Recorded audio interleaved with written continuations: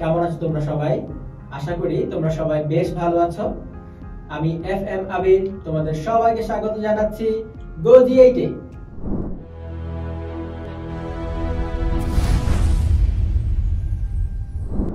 বন্ধুরা, আমাদের আজকের ক্লাসে আমরা একাদশ দ্বাদশ শ্রেণী উচ্চতর গণিত দ্বিতীয় পত্র বইয়ের সপ্তম অধ্যায় থেকে বিপরীত ত্রিকোণমিতিক ফাংশন সংক্রান্ত কিছু গাণিতিক সমস্যার সমাধান করব।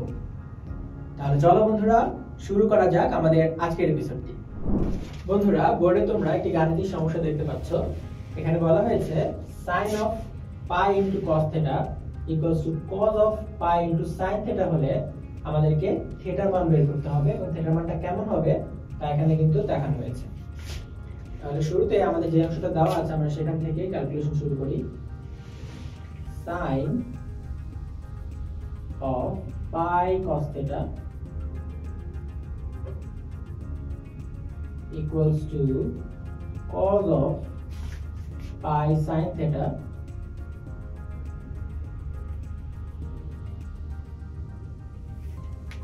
এখান থেকে আমরা আসলে কি করতে পারি দেখা যাক।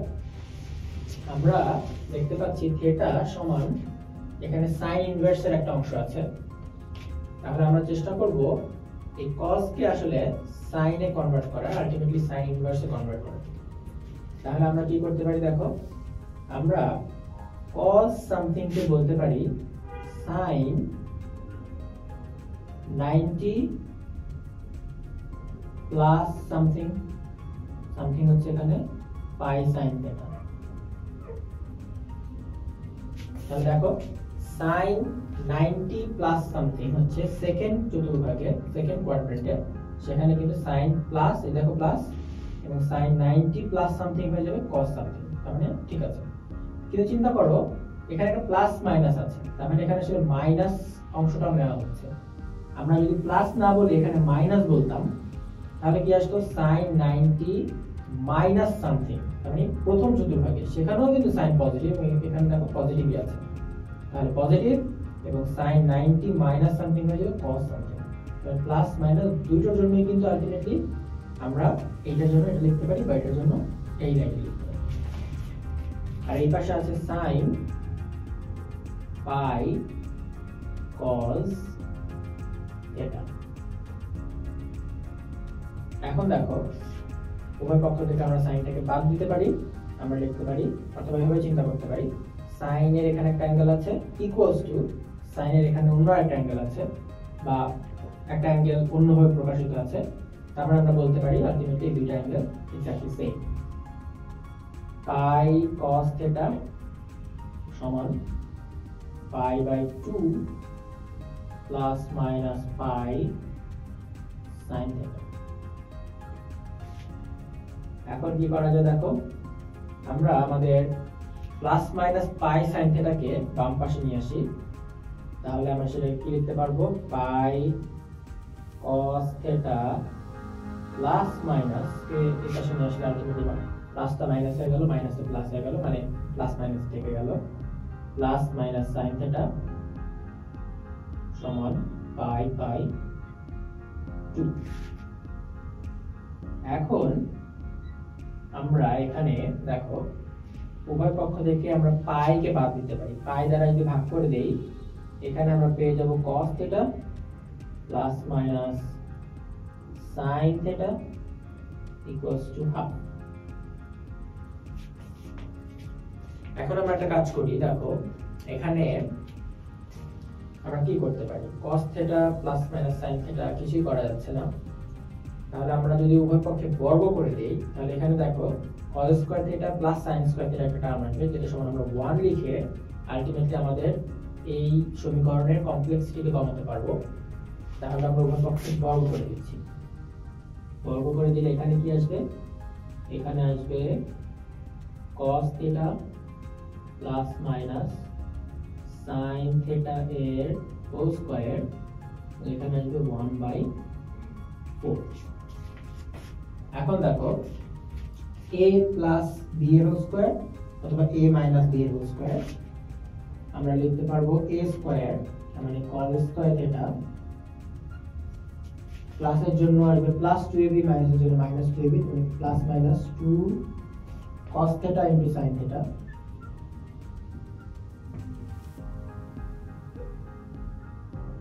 plus v square and sin square theta সমান 1/4। এবার দেখো cos square theta plus sin square theta এটাকে আমরা লিখতে পারবো 1 plus minus 2 cos theta into sin theta বা 2 sin theta into cos theta মানে হচ্ছে cos 2 theta।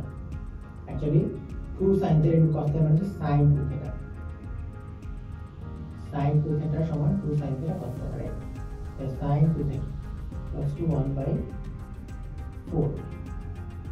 এখন দেখো আমরা কি করতে পারি, আমরা 1 কে যদি রাইট সাইডে নিয়ে আসি এখান থেকে গেল প্লাস মাইনাস sin 2 theta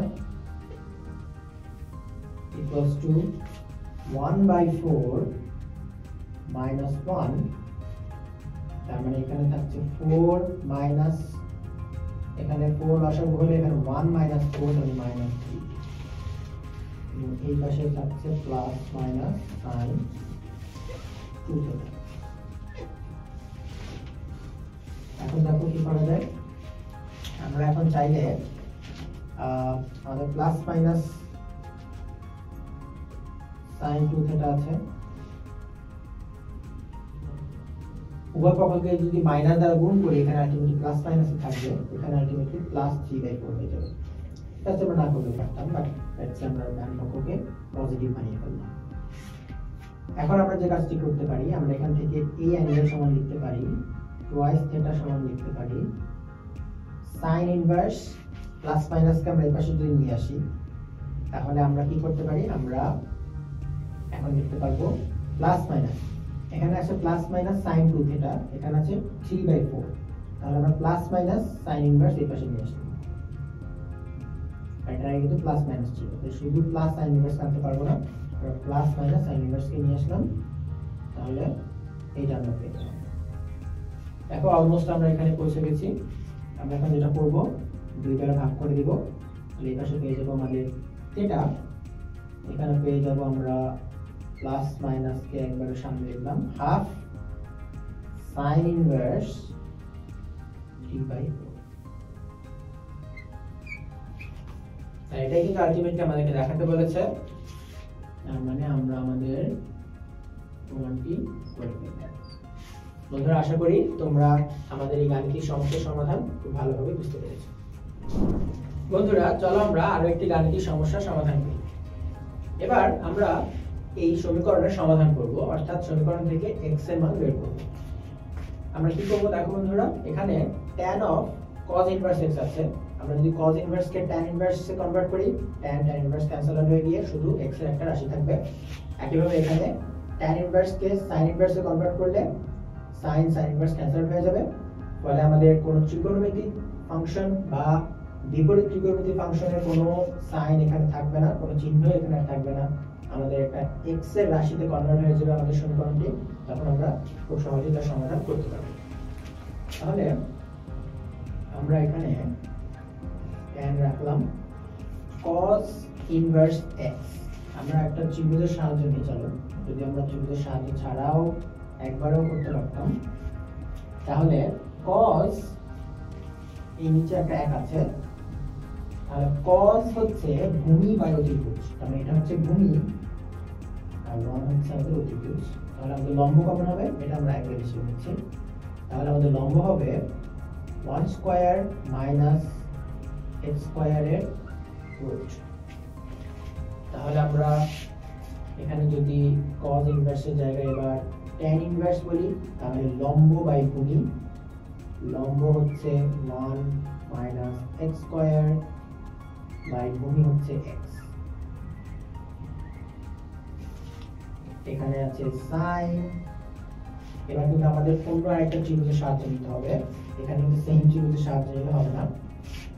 দেখো এবার আমরা কি করতে পারি, আমরা একটা ত্রিভুজ নিলাম, এটা আমাদের অ্যাঙ্গেল থিটা, tan ইনভার্স 2, এখানে একটা 1 আছে, ভালো, তাহলে tan হচ্ছে লম্ব বাই ভূমি, আর এটা হচ্ছে আমাদের লম্ব, ভূমি হচ্ছে আমাদের 1, তার মানে আমাদের এটা কত হবে 2 স্কয়ার প্লাস 1 স্কয়ার মানে আলটিমেটলি 2/5। তাহলে sin ইনটু tan ইনভার্স কে আমরা sin ইনভার্স যদি কনভার্ট করি আমরা বলবো লম্ব বাই অতিভুজ, তাহলে 2/5। এখন tan ইনভার্স বাদ গেলে থাকবে হচ্ছে 1 minus x square divided by x, এখানে থাকবে sin ইনভার্স ক্যান্সেল হয়ে গেলে 2/√5। আমরা যদি একটা কাজ করি এখন উভয় পক্ষে বর্গ করে দিলে এখানে থাকবে 1 minus x square divided by x square, এখানে চলে আসবে 4/5। এখন আমরা যে কাজটি করতে পারি আমরা ক্রস মাল্টিপ্লিকেশন করে দিই।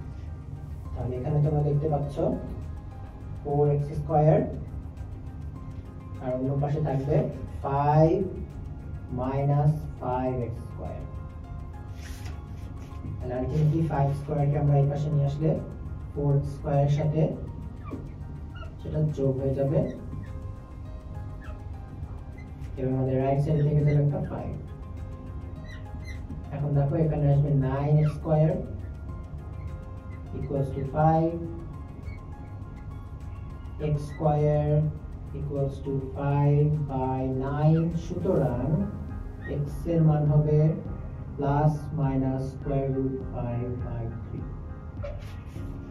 বন্ধুরা আশা করি তোমরা আমাদের এই গাণিতিক সমস্যার সমাধান খুব ভালোভাবে বুঝতে পেরেছো। বন্ধুরা আশা করি আমাদের আজকের এপিসোডটি তোমরা খুব ভালোভাবে বুঝতে পেরেছো। পরবর্তী কোনো এপিসোডে নতুন কিছু নিয়ে তোমাদের সামনে হাজির হব। সেই পর্যন্ত ভালো থেকো, সুস্থ থেকো এবং অবশ্যই গো জি8 এর সাথেই থেকো।